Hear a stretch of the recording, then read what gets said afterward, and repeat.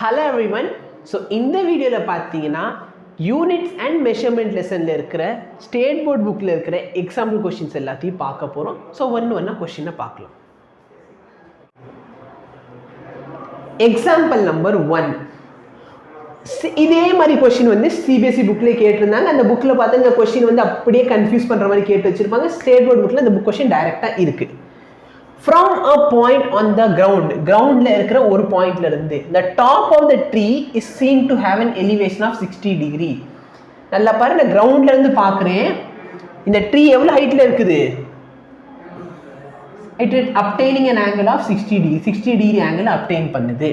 The distance between the tree and the point, in the point ku in the tree oda base ku irukra distance evlo 50 meter. appo in the height of the tree evlo சிபிஎஸ்இல இதே மாதிரி ஒரு question தான் கேட்டிருந்தாங்க. But என்ன பண்ணிருந்தோம், நீ வார்த்தையை போட்டு ஏபிசி 3 பாயிண்ட் இருக்கு, தூரம் போற சரியா, பேரலக்ஸ் மெத்தட் அப்படி இப்படின்னு போட்டு வச்சிருந்தாங்க. இது டைரக்டா முடிஞ்சு. tan θ என்னன்னு போடுவேன், tan θ is equal to opposite by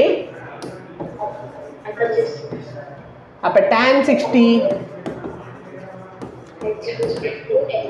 h by 50. அப்ப h வேணும்னு சொன்னா tan 60 வேல்யூ என்ன, √3 into 50. கரெக்டா? ஓகே. உட்கார்ந்து மல்டிப்ளை பண்றவங்க மல்டிப்ளை பண்ணிப்போ. 1.732 into 50. நான் என்ன பண்ணுவேன் அப்படின்னா, இந்த 50 இருக்கு பத்தி, இந்த 55 இந்த மாதிரி நம்பர் வந்த உடனே இது சிம்பிளி நான் 100/2 ன்னு எழுதிக்குவேன். ஏன்னா 100 ஆல மல்டிப்ளை பண்றது ஈஸி, 2 ஆல டிவைட் பண்றது ஈஸி. கரெக்டா இல்லையா? அப்ப இந்த வேல்யூ என்ன ஆயிடும் உனக்கு, 173.2/2 டிவைட் பண்ண என்ன, 86.6 மீட்டர். இதை உன்னோட ஆன்சரா செக் பண்ணிக்கோங்க. தேங்க்யூ.